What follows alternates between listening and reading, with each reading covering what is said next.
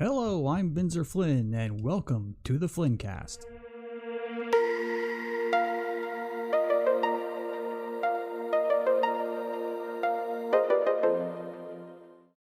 How's everybody? Good.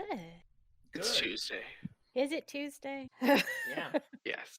Yeah, it is. Man. In the world of Eternal Tuesday. See how long my beard's getting? It's you're getting a little. Very impressive. This Saturday it'll be gone. So you gotta, Because I'm doing Womp womp. well, I'm doing the marriage. I don't want to look like... I'm sure they wouldn't mind, but I don't want to look like Grizzly Adams. Like, I was going to say court appearance? court appearance, yeah.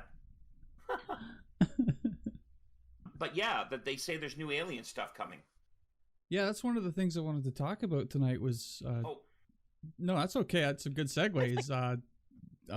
Raina told me yesterday that Disney Plus is going to be raising the prices, and I was like, those fucking greedy bastards. Then I saw what they gave us today, and I actually looked through the Star stuff, what like the movies and series we got, and that's suddenly I'm like, you know what? I don't mind paying for it now because there's a lot of really good shit on there.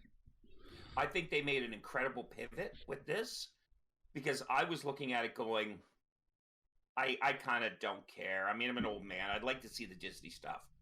But now with this, you go, holy crow, they've got so much on there that I would actually watch. It's all Fox, yeah, right? exactly. But you didn't think of that, right? Yeah. They have the X-Files. They have all of the X-Files. Netflix or X-Files were on Netflix for a while, then they disappeared before I could continue watching it. I love the movies. The first movie. First movies. I actually have never seen the other ones now that I think of it, but I love the first movie. Did the first movie start with the guy coming home and going into the basement and he gets attacked by an alien, a gray? One of the X-Files movies starts that way. No, I think that might be the one with the ice, where they find the guy under the ice.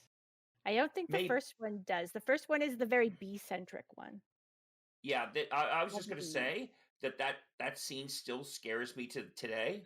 And when I go into the basement to do my laundry, I am honestly terrified there's a gray waiting for me. The grays you don't have to be super scared of. Listen, unless they buy me drinks, I'm going to be scared of anybody who sticks anything up my ass. In the grand scheme of things, it's like the black oil guys. Yeah, like really. Black oil guys. Without asking. Yeah. Dinner first. I took like a 30-second skim through the stuff on the Star menu, and I was like, I would watch that. I'm curious with the addition of all the Fox stuff, plus Marvel, plus Star Wars, plus Nat Geo, plus Pixar, plus Disney. I'm honestly curious if Disney Plus has now the most content of any of the streaming services. Because Fox owns a lot of stuff. Like, I don't think people realize how much shit Fox owns. Like, anything you've ever seen with the 20th Century Fox logo at the start of it is probably now on Stars somewhere.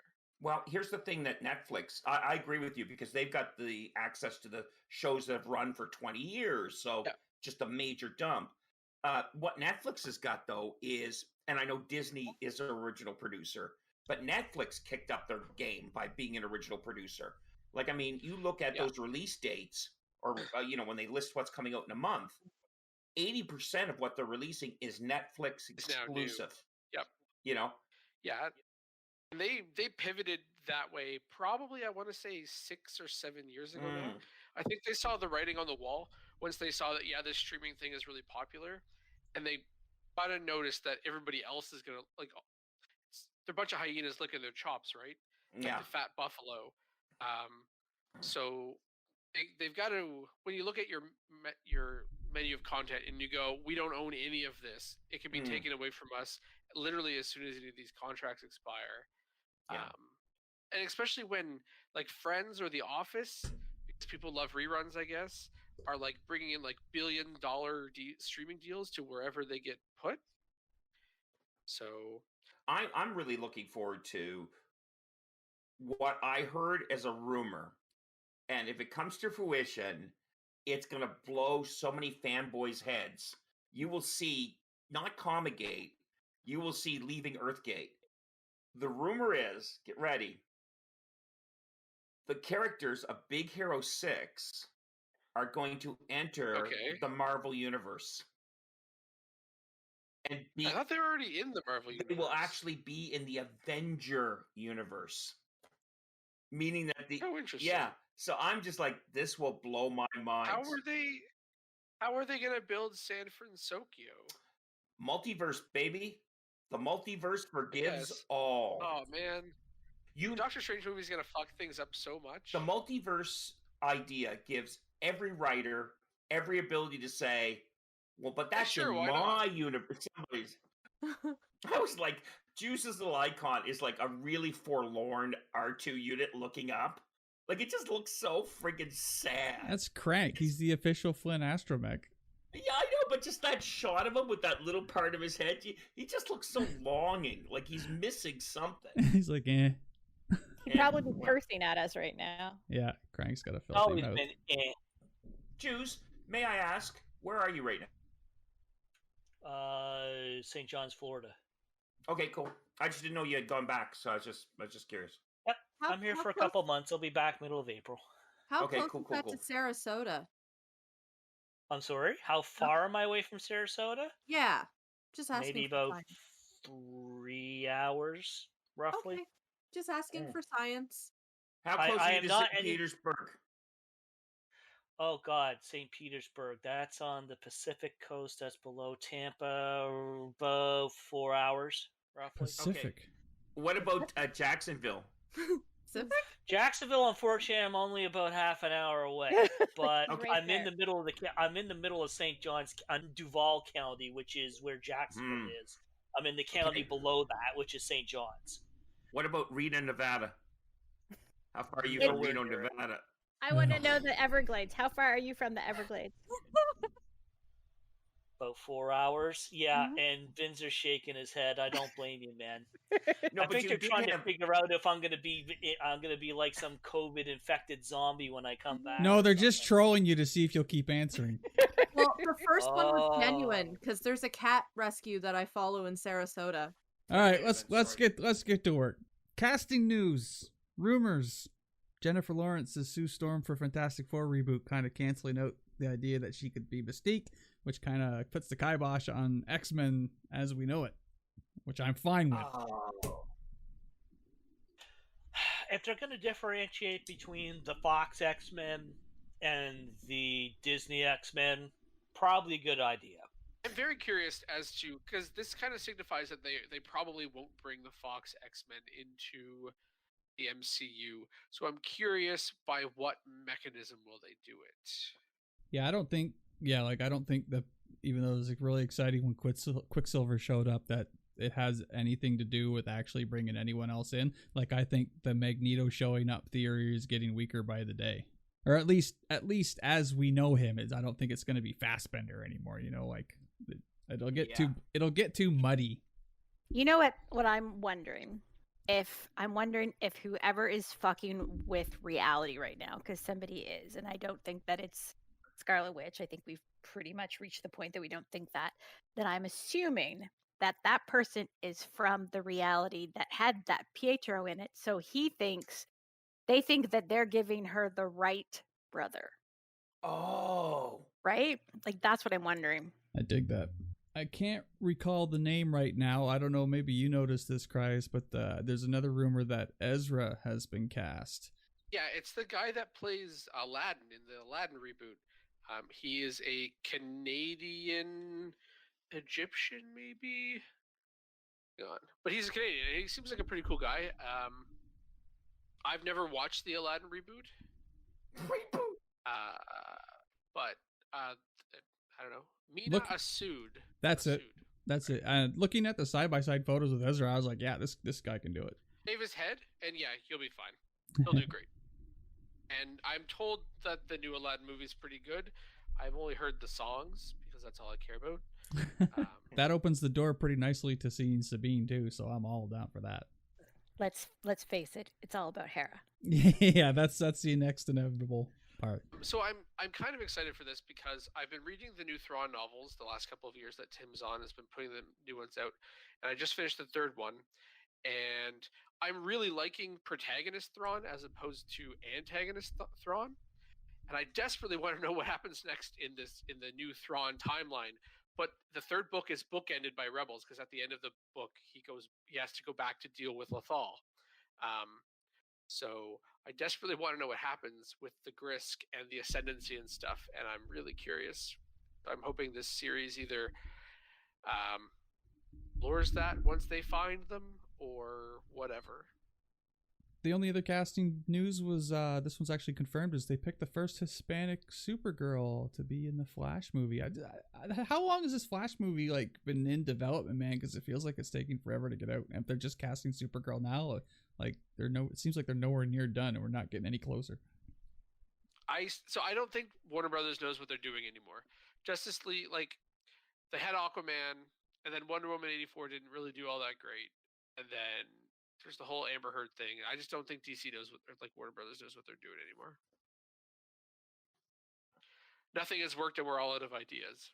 Have they actually canned Amber Heard, or are they just having issues between her and Johnny Depp? I don't think they've canned her, but there's a huge public opinion, against her. On every now and again, it flares up on Twitter. Fuck Amber Heard, get her out of there. No one wants her anymore. But I wonder, because the amount of people that use Twitter, and me, I'm a Twitter addict.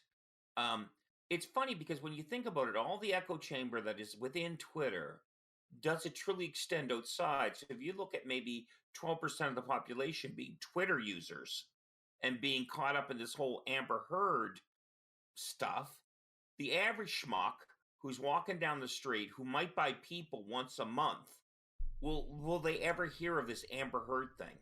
Do you know what I mean? It's like, anytime you're a politician and you get caught up in your own rhetoric, and I'm going to win. No, you lose. So I remember seeing a statistic somewhere that way back in the 50s, 60s, and 70s, when letter writing was actually a thing still, that if a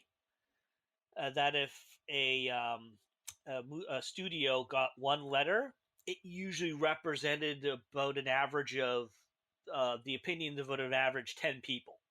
So translate that to Twitter. It's the same with Reddit, right? The Reddit echo chamber is just a microism of arguably white males in their 20s or early 30s, and doesn't represent much more than that. One of the coolest pieces of newses, as we say in the muses, was that Bruce Campbell was on set of Spider-Man doing his Spider-Man cameo. I didn't know that. That's not that just makes me so happy, because Bruce Campbell looks like, we all have been around celebs because we're all pretty famous people too. But you know what I mean? When you know somebody you think is a good person and they turn out to be a good person, and then good things keep happening, you're like, yay, good people, right? And he's one of those guys that I just think of, he's a big goofy idiot, and he knows it. He lucked in beyond belief to get that role, because if he didn't get that role, sorry, Bruce, love you to death, pumping gas, burgers, teaching people how to sell insurance. You would have been one of us. Did you watch any of the Ash vs. Evil Dead show? Because it is fucking full on fucking violence, gore, drugs, booze, cursing. Ash is a son of a bitch. It's fantastic. The show starts, and it hooked me, is when he gets liquored in his Airstream and they open the fucking Necronomicon, and he realizes the next day what he does, and he goes, fuck. And I'm like, all right, we're off to a great start. First season, the second to last or third to last episode, the whole episode was basically dedicated to the expendable kids who find the cabin getting fucking slaughtered. So, yeah, good for them, because, The Evil Dead was a horror film. So, it's good that they lived up to their reputation, but holy crap, that was a little jarring when I saw it. Oh, that show not only did not pull punches, it kicked you in the dick. You have to understand that, because I'm the old, I saw Evil Dead in the theater. when it came out originally on Gottingen Street. And good theater. What's that? I said that was a good theater. I liked it's a casino. Anyway, sorry. There was the casino. Yep, there were a couple. Yeah. We went in knowing nothing about this. It was going to be a scary film. Yuck, yuck, yuck, yuck, yuck. Maybe Abbott and Costello meet Frankenstein. And we went in and we saw the original Evil Dead. And it was screamingly terrifying. People in the audience were terrified. Not like, oh my gosh, look at that scary guy. It was like, I'll never sleep again. And the screams you heard from that theater audience, including this old boy. Oh, that girl she's coming out of the basement. And she's got her hand, she stabs it with a pencil. And then all the spiders come out. Holy For me, it's crap. the tree. It's the trees. The trees. Oh. The trees. I can't. That was a hardcore, because we joke about Evil Dead now, because Evil Dead's kind of become funny. Yeah. It's funny, it's funny horror, which I love. I love funny horror, right? Because no matter how traumatic an event is, people are still cracking wise about it. No matter what the frig happens, it's like during the Falklands War when one of the British destroyers got hit with a missile, and the boys were waiting to get picked up by a helicopter because there was no way out because they were surrounded by fire. They were singing "Life's a Piece of Shit When You Look at It." And they really were singing that to keep the morale up as the friggin' fire creeped in on them. Always look on the bright side of life. This was a Class D fire, aluminum. So there's no putting that frigger out. Anyway, that's my cheerful add to the... Evil Dead is so iconic these days. There was a Reboot episode about it. I don't know who here, other than me, watched Reboot back in the day. But literally, there is a whole episode devoted to Evil Dead. Must have been on during one of my blackouts in the 90s. The only other news thing I had on my list this week, I might be the only one here who is super interested in it, but the Mortal Kombat movie trailer dropped and it fucking punched me out. It looks so fucking good. I saw it. It definitely lived up to the video game. I was very impressed. I would go pay to see that. There's a lot of they're using tons of classic characters. They're getting the looks right. The Molina fans will be delighted. I mean, Kung Lao's got his hat. Sub-Zero's the original fucking Sub-Zero from the first game in the 90s. He's the bad guy, not the younger good brother Sub-Zero. And Scorpion looks fantastic. And they're introducing a new character, a protagonist called Cole Young. So the fans are they're like, oh, we don't want a new character, we want the old guys. But then the fans are like, hold on a second, this might be the next Sub-Zero, or this could be Scorpion's son. So the fans are loving having this to theorize over. So it's pretty fun. I think it looks brilliant. I had no idea how to play the game back in the day. I would just play the guy with the yellow pants, and I'd pull the joystick down and then hit this button, and it was foot sweep, foot sweep, foot sweep. And so, I remember you. I never lasted in the game very long. But just as someone who doesn't know anything about it, it looks like a really fun movie. They've created, the lore has been all over the road in the last 20 years, but they've created a lot of classic stuff they can use. And I don't even play the games anymore. I haven't since probably 2005, but I still follow the Mortal Kombat subreddits and stuff because I like following what the characters, how they're developing them, how the Sub-Zero Scorpion characters evolve. So I don't play it, but I still follow it. So it speaks to the appeal of Mortal Kombat. I was huge in it in the 90s. Oh my God, pre-ordered every one of them.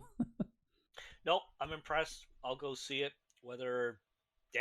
Theaters. Yeah, I go see that in theaters. Oh, I wouldn't go see it in a theater. No, sorry. All right, let's move on to the main course. WandaVision episode 7. Is it 7? Yes. So who had It Was Agatha All Along on their bingo card? Not me. Meredith's got her hand up. Yeah, you got it. You called it. This is the big question, though. Was it Agatha all along, or is she facilitating for a bigger bad? Because the fans, everyone's got their heart set on Mephisto being in this shit. But is Agatha a big enough villain? I think she is. And will we be disappointed if she is the big bad? like the thing is, right, is like she's generally not a villain. Like, I mean, she's kind of gray and neutral in the middle. Like, I mean, she's never like particularly good, but there's only one kind of timeline, which is kind of where this could be going, that has her as a kind of bad. I don't think it's going to turn out that it was. I mean, she is Agatha, but I don't think it's going to turn out that it was her doing all of that stuff. Yeah, and I have to say, part of this is it's colored a little bit by the people that are really into WandaVision, really know the Marvel Universe, and folks are expecting it's going to cover the same things, i.e. Mephisto. Like, he's got to be in there because he is, and he has been for so many episodes. Hold on, did you just call him Manifesto? Because if you did, that's fucking great. I like that. He did. Sorry. Because that is his name, right? Sure. Mephisto. So I mean, she's been like super sketch to us all season, but like I'm consulting my notes. I mean, one of the sons, I don't remember if it's Billy or Tommy, likes her because she's not. Yeah, because the thing is that she's not actually trapped by Wanda. So of course she's quiet on the inside. She doesn't have a second person in the inside screaming to get out. And then so in the second episode, if we flash back a little bit to when Herb's acting all weird, the next door neighbor, and she's having a secret conversation with him. I know that she entranced him to kind of watch them, but like I wonder if there was more to that, because in her flashback you actually saw her entrance him. But like thinking back to it just on its own, you're kind of like, are we sure? Because I mean, like they were having some really like weird secret conversations that shut up as soon as, Vision walked up. So is there anything more to that? I don't know. I feel like, so here's my thing. And I get that there are kind of two levels of people that watch this show. There are people that actually know the Marvelverse really well, or well anyway. And then there are people that are just watching it because it's on Disney Plus and they've heard the buzz about it, right? So the Agatha thing, for people that either know the Marvel Universe really well or are the type of person that's going to like research the shit out of something when, they're watching it, it was just way too easy. So, but maybe this leads into the point that because it was so easy, there's one of two hypotheses here. Either one, the writers don't care about the existing fan base, and they just go, this is what you get. Do you know what I mean? And just sort of like, it's like any of us who have been fanatics about anything, when they start to do a new remake of it and start saying, well, this is the way it is, you go, I don't like that, right? Or they're really playing a game and it isn't what it looks like. And this is really kind of like, hey fans, look, we're disappointing you. And now suddenly they aren't. I think that she is kind of like either a mini boss or she's kind of an under person for the main person. I don't think that she is, or she's just a red herring and it's just kind of cool to have her in there. But I don't think that she is the big bad, because the world was already created when she popped in. Like, she popped in and changed herself and all that sort of thing. So maybe she just kind of either like happened upon this too. She's kind of like, this is cool, I'm gonna mess with this. But it's probably more likely that she's reporting to someone. There's some people that are saying that it's actually Westview's actually New Salem, which is interesting. So I mean, that could be a thing. But my money's still on Dottie coming out as something, and I think it is looking like maybe Arcana Jones, which is kind of interesting because the colors she's been wearing, plus the fact her husband's name is Phil and their last name is Jones. And I mean, come on.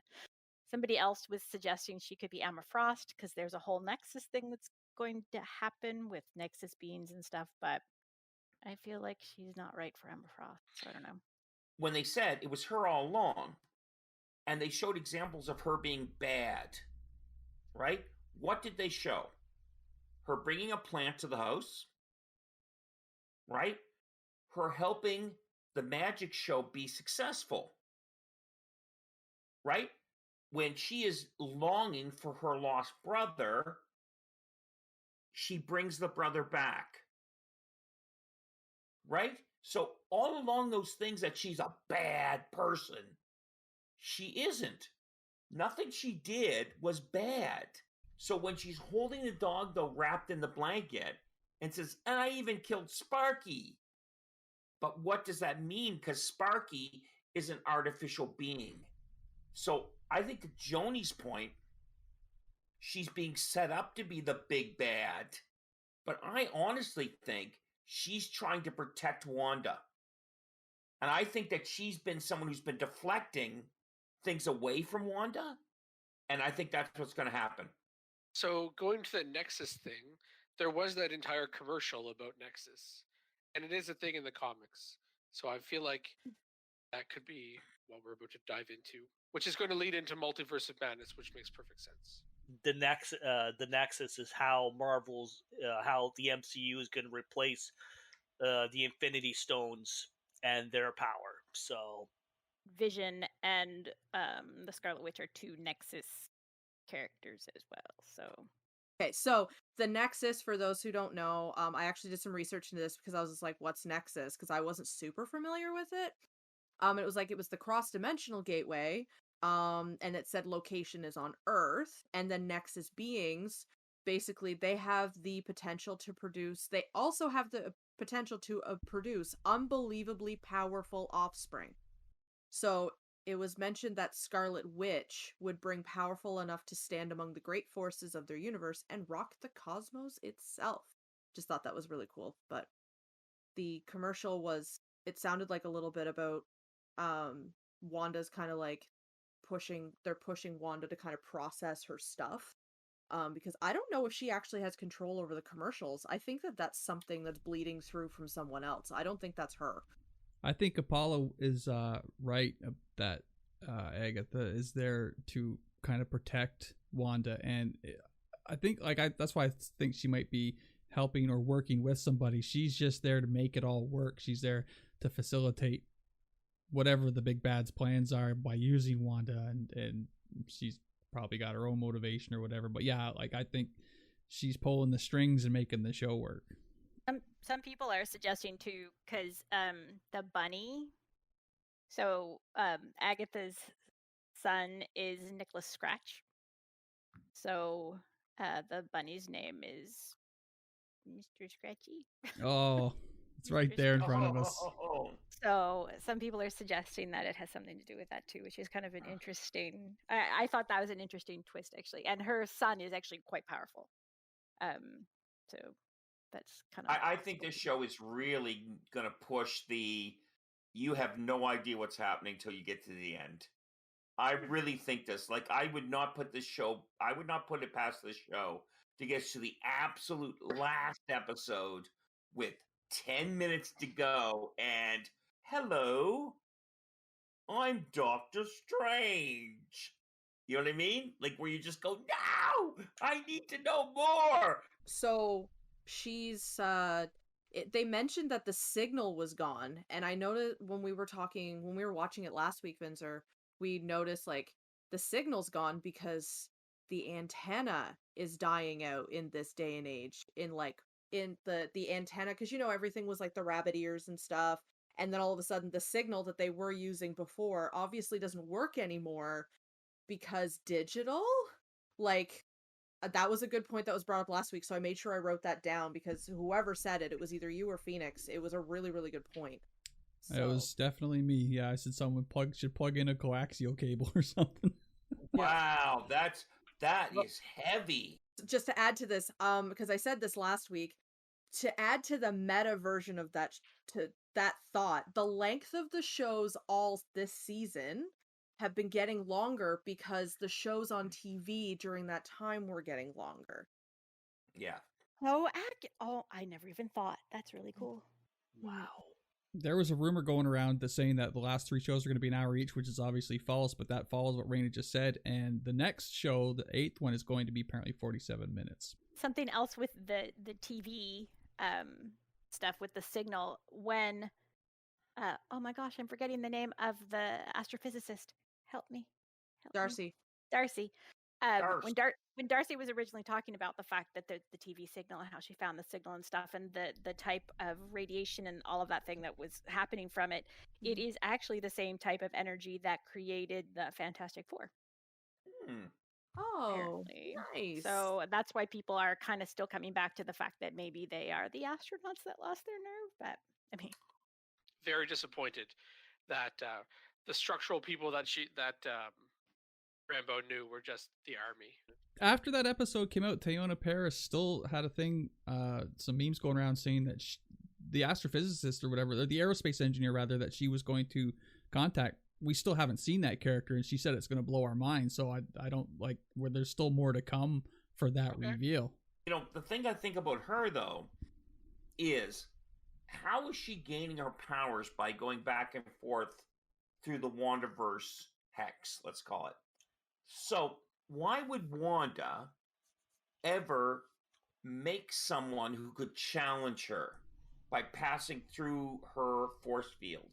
It's like, would God ever make a burrito so hot that himself could not eat it? Right? It's one of those sort of philosophical thoughts you have, right? Like, if you think about a burrito, it's a wonderful mix of tortilla and corn and some beans that you can make very easily. Juice, stop him, please. Okay, stop.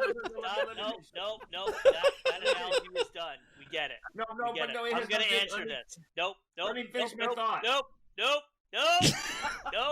Let him finish his thought. God, all right, finish your thought, Apollo. Come on. Okay, but here's the thing. So, I don't remember now. Yay! Corn. So, as some of us have theorized, Wanda is doing the hex. Doesn't know how she did it, but she's doing it. So I don't think she quite knows exactly what the power, what kind of power she's actually wielding there. So Monica going through back and forth and essentially triggering her mutant genes or whatever. Makes sense to me. I think Spectrum's powers are coming from being rewritten. It's all going back to Infinity Stone power. This is how, and we've seen Captain Marvel, we've seen Vision. Like the power rubs off on them, and then they have it. So I think Wanda's power came from the stone, and now it's from Spectrum. So I just want to say I called Darcy being an escape artist or magician last week. Yep. So thought that was funny. What I had said it was cosmic microwave background radiation is what Darcy identifies as relic radiation dating back to the Big Bang, which is the whole thing that she's detecting with WandaVision. So cosmic radiation is the same thing that actually gives the Fantastic Four their powers, and it's actually manipulated by Galactus and his heralds as well. And so that alone also could be enough to give Spectrum powers too, right? Like if there's that background cosmic radiation happening inside the bubble, the dome, the hex, then that could just be what's doing it too, right? I'm thinking the hex is the radiation, or it's built of said radiation. Hence, passing back and forth rewrites your genes, and therefore you get stretchy people or people made of rocks or who can turn invisible or who catch fire with a snap of their fingers. I have this is one of my far out theories. The big bad manipulating Hayward into that's his name, right? The guy we don't like? Cool. Big bad is manipulating Hayward into bringing back Vision. So he's like working mind control on him. He's like, he doesn't know he's working with him, right? But then when nothing worked, because maybe Hayward couldn't get it to work, he was like, well, let's call in Wanda. And that leads into my very big stretch theory.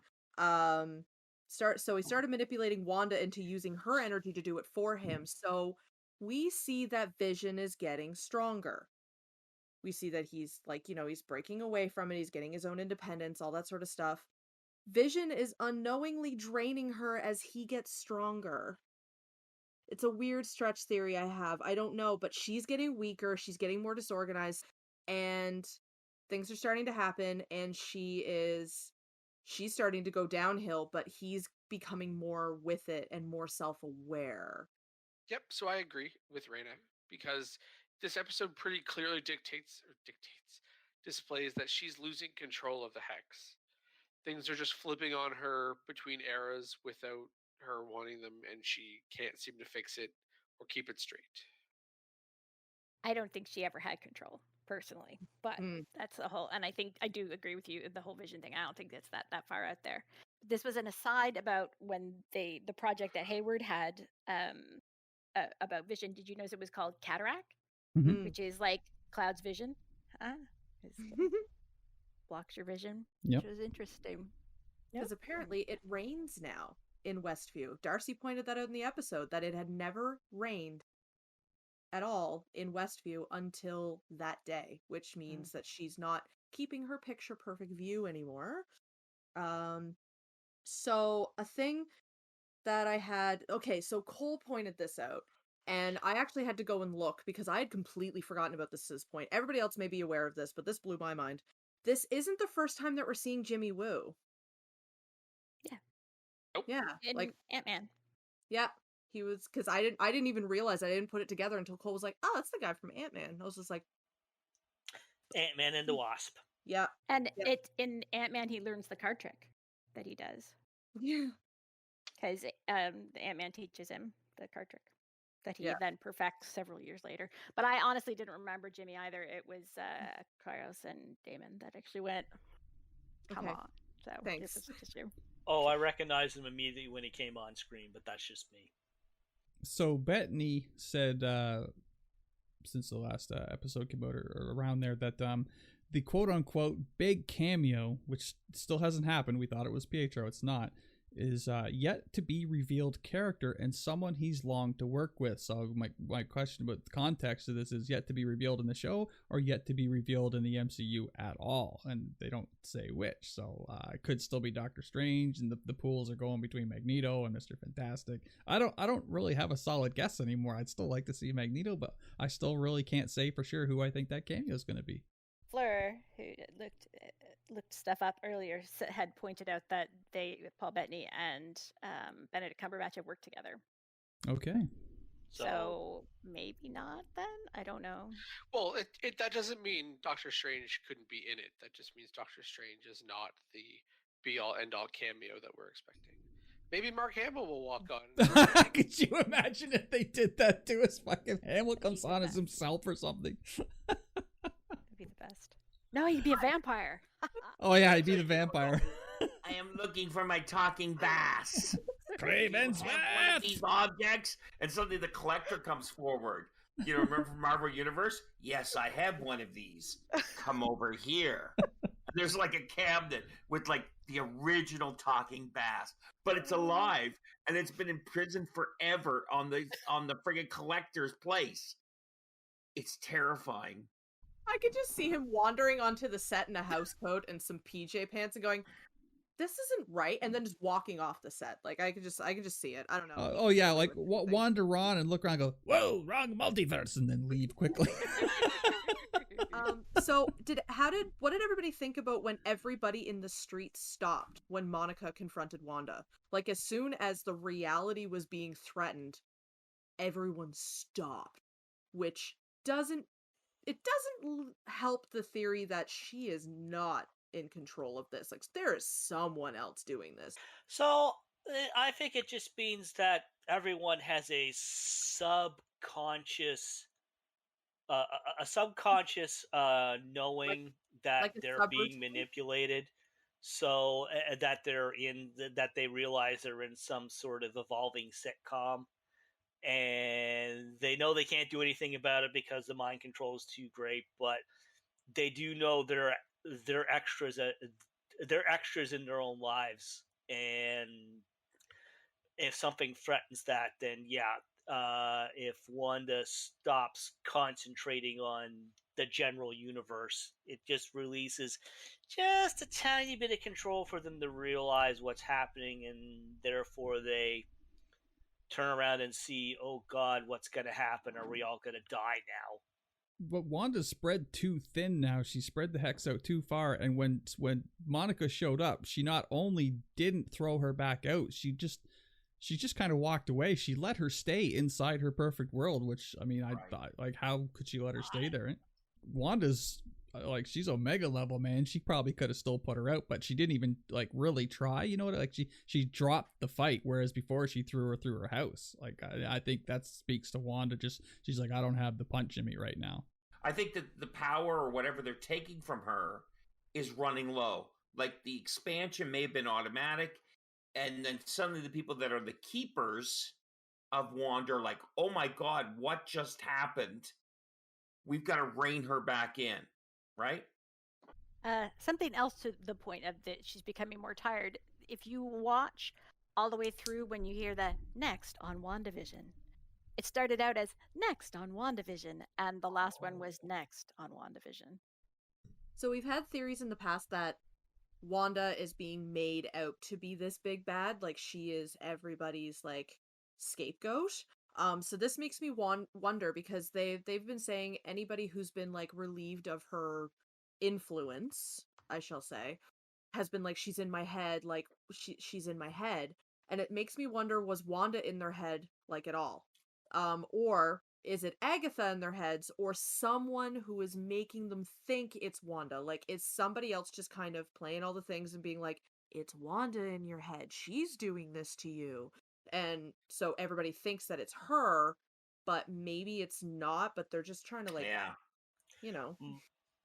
My guess is that it's Agatha that's in their heads, honestly. I mean, it would be kind of cool if that the other theory way out there would actually come to pass, but you got to keep it, you got to, for a general audience who may not know MCU, you've got to at least try and keep it so that they can figure it out eventually on their own. So I think it's probably Agatha.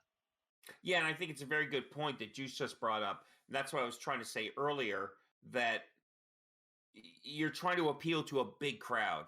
So if you make it too much like, oh, you didn't read episode 4 or this or that, or I didn't buy that comic book, now I don't understand, you're going to kill yourself. So that's, that's why I look to sort of the dumbing down of the Marvel universe. And I don't mean that in a bad way. I just mean we're trying to introduce people to it who have never seen it before.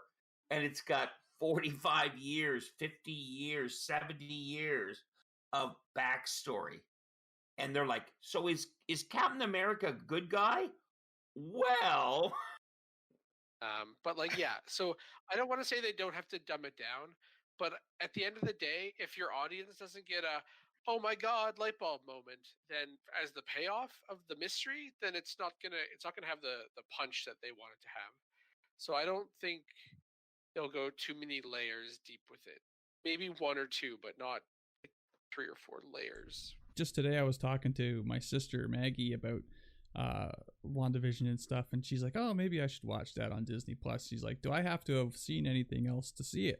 And I said, well, you're gonna have to at least watch a bunch of movies or you'll be pretty lost. And she said, I'll just leave it then. I was along that line, though, if you're looking at it that way, that they're not, I don't want to say dumbing it down, but like making it so that the general public who has not got kind of a background of the Marvel universe, maybe saw the movies, maybe not even, but let's say saw the movies, then that makes me think the cameo is going to be somebody that's more mainstream too. Yes. 1000%. Yeah. No point in making it somebody obscure, because it's going to be like, nobody's going to get it. The trick to these movies and shows is to draw upon the source material, but not use anything they haven't already used in the movies and stuff before it. It doesn't have to be required reading, you know what I mean? They use it for the comics for the basis, but like you just watch the movies. You don't have to read any of the comics. Everything they're going to use is in the movies, in the shows they've already made, right? Like, so you don't have to go read a comic to, I mean, you could for extra details, but read a comic, everybody. Read several. I'm high as fuck. I don't even know what I'm saying. But imagine if we get to the end of WandaVision and we get to the big bad, and they're like, oh, and we get through everything, and all of a sudden it's like, it's the Polka Dot Man. That's DC. Come on. No, but that's what I mean. Like some incredibly obscure, super shitty villain. Like the worst villain you can think of. And because I'm a DC guy, I think of Polka Dot.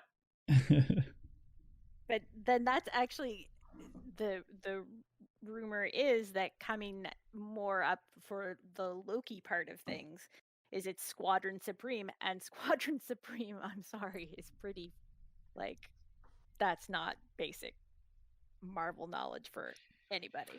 Neither was Guardians of the Galaxy. No, I know, and I agree, absolutely. But I just think that that's going to be, like, they're willing to take the risk with that, and because it paid off with Guardians of the Galaxy, I think. But I was busy doing a gag with my thumb, and now you didn't see it. I saw this today, just cruising around the internet, and maybe anyone who's seen Doctor Strange more than once can confirm this, but Agatha had a book of magic. And if you look at the library in the Ancient Ones library in Doctor Strange, there's that nice big display of books all face front. There's one missing. And when it disappeared into a hex. Yes. Oh, that's so cool. There's some long-term thinking here. That's why I enjoy this, because, again, I'm not a comic book reader anymore. Not because I hate them. I in the 80s, I was like a comic book fiend. But now I just don't. So it's so cool to hear you folks tell me about how stuff connects, because I am literally coming into all this Marvel stuff. I haven't read a Marvel comic in probably 40 years. Well, again, that's what I'm talking about. That the comics aren't required reading. That missing book clue was in a movie that came before, right? So you didn't have to read a comic to know anything about that sort of thing. I just looked it up, and yes, there actually is a book miss. I totally forgot about that part, and I've seen Strange multiple times. In the hex. Yeah. Yep. So yeah.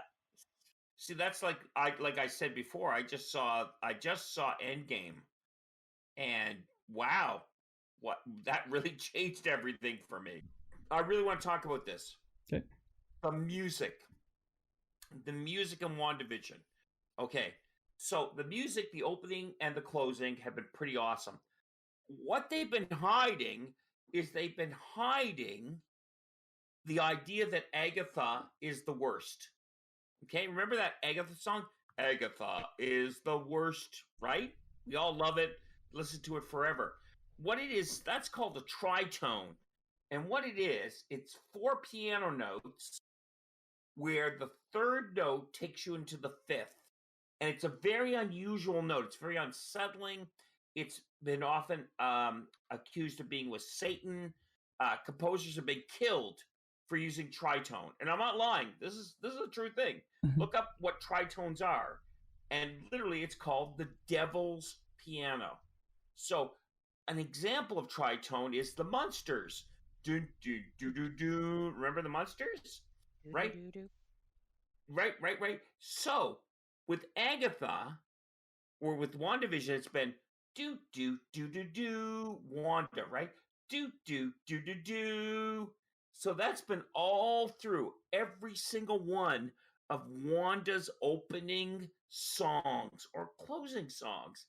And then when they say, it's all about Agatha, do, do, do, do, do, do, all about Agatha. So it has been communicated in every single one of the opening pieces of WandaVision and the closing pieces of WandaVisions. And the most common example has been The Simpsons, with the opening theme of The Simpsons, dun, dun, dun, dun, dun, dun, dun, which is a very unusual use of music. It's unsettling. Like, think about the opening thing of The Simpsons. Dun, dun. You're all freaked out. Diablo in Musica. I'm finished. That was cool. That actually was really cool trivia. I like that. Very I actually had to look that up, and yes. Am I right, though, Juice? Am I lying about... Yeah, the name Diablos in Musica, Latin for the devil in music, has been applied to the interval from at least the early 18th century or late Middle Ages, though its use is not restricted to the tritone. But still, the tritone has been known as Diablos in Musica. We're educational. See, every once in a while, you might think Mike's nuts. And then you look shit up and you go, more than a while. Yeah, he is. But about 1% he is. I would say, yes, he is. But once in a while. I was going to say just that the title of this episode was Breaking the Fourth Wall, and they basically did all the time to the point where Vision recognizes it and goes, "What am I talking to you for?" And just gets up off the set and leaves. So The Office. Yeah. Oh gosh, yeah, that was amazing. Yeah. And what was so cool about it was the way he kept coming in and out of understanding he was being delayed. Do you know what I mean? Every time something happened, he'd be like, blah, blah, what am I doing? I'm being delayed. Like, so he's got his own consciousness. And I truly hope, again, I'm not a Marvel fanatic, I really hope Venture comes out. Really love that Venture guy. So, yeah, apparently there's the actual actress, the actress Julie Boland, who played Claire Dunphy on Modern Family, was praising how Wanda was doing her almost an exact homage to her character when she's being docu-filmed in that show. I just want to recap that so far he's called Vision, Venture, and Mephisto Manifesto. Shut up! I love the name Manifesto. I'm Manifesto. Listen, I love Suburbman. Like, the best ever. And Bathman kicks ass. Because he is the best friggin' superhero ever. So, you Marvel fanboys, you shut up with your weird Manifesto names. And Magneto, or whatever his friggin' name is. I got my own ears. Tune in next week to WandaVenture, where we get to meet Magneto, the Butcher. McCluskey's pantheon is right up there with Wondrous Woman and The Molecule and Superb Man. Green Chevron. Instead of Wolverine, we've got Norwegian Forest Cat. Oh, that's good. That was really good. Someone needs to write down these names and make a comic book out of it, because oh my god, it would be amazing. We need somebody who can draw and make comics. Oh my god. If only we knew someone who could draw. I'm so happy. As usual, we've devolved into chaos at the end. All right, well, come on, Apollo. Apollo, tell us what you thought of Endgame. Did you cry? You know what? I have to tell you, now it's funny because I've absorbed all the media after. I just never watched Endgame just because, honestly, I never got to it. And then I knew what was happening. Tony snaps. Da-da-da-da. I have to say, as not a big Marvel fanboy, meaning I'm not crazy about it, but I love it when it works. I love it. I mean, when I watch Marvel movies, I go, that's a good movie. Like, I don't have any prejudice against it. What was weird was the whole time traveling aspect of it, where they were all going to where the other stones were. I don't know if it was me, but I think I'm a smart guy. I'm an idiot, but I think I'm smart. And I had a lot of trouble following the plot. The time travel was pretty sticky and murky in this movie. There's no doubt about that. Time travel fucks up any movie or TV series. I was watching it, and I mean, I think maybe it's because I've been removed from it so far, and I don't remember the other movies so well. Like, if I'd seen it when it came out, I would remember the movies much more. So I think being so many more years behind it, I'm like, no, where are you going, Captain America? You're going, oh, it's a Nazi base. Okay, I get that.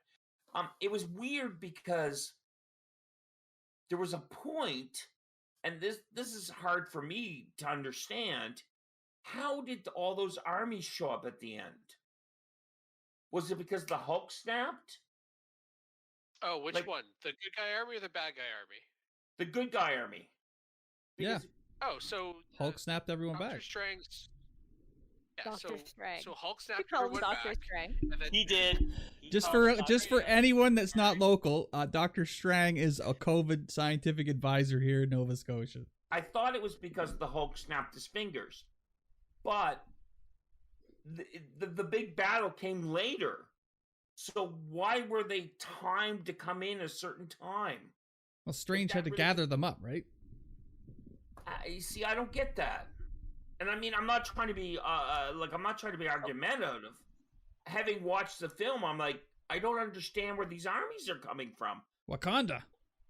if you remember in the movie before that, Infinity War, when Strange went through the 14,075 different possibilities and figured out there was one that would work, where that's where he figured out, give him the time stone, let him do the thing, because in the end he knew that the Avengers would figure it out and snap everyone back. And when he reappears 5 years later, he realized, shit, they got it right. I need to get to work. And starts contact, and it's a short amount of time, I agree, but figures out, yes, they're onto it. We need to gather everything because Thanos is going to try and steal the stones again, and we need to be ready for it. Tune in next week for the continuing adventures of Dr. Strang, Venture, and Manifesto. I need more information on that Manifesto. I don't understand how much you paid for onion rings. They are typically $4 a pound. You pay $7 a pound. This episode brought to you by Legalized Cannabis in Canada. God, we love it.